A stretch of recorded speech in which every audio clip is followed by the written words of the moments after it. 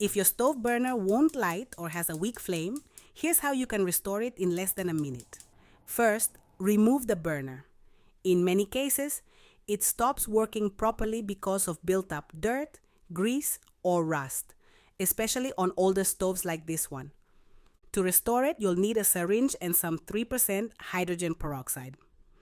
Pour a small amount of hydrogen peroxide into a bottle cap or any small container, then fill the syringe.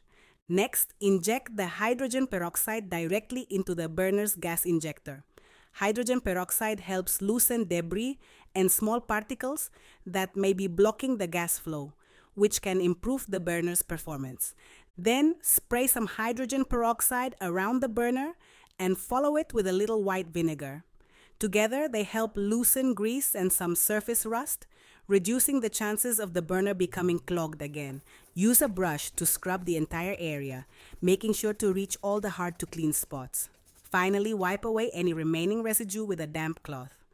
Reinstall the burner and wait a few minutes for everything to dry before turning the stove back on. Once you light it, you should notice that the burner ignites much more easily and the flame is stronger and more even. If you found this tip helpful, save it for later.